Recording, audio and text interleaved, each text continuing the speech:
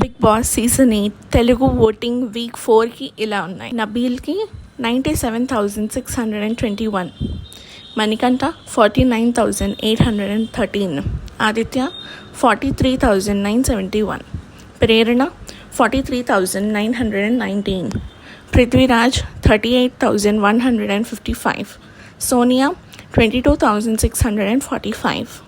ఈ వీక్కి లాస్ట్ 2 ఉన్నది సోనియా అండ్ పృథ్వీరాజ్. ఇది అన్అఫీషియల్ ఓటింగ్. అఫీషియల్ ఓటింగ్ ఎలా ఉందో మళ్ళీ తారుమారు అవ్వచ్చు, చెప్పలేం.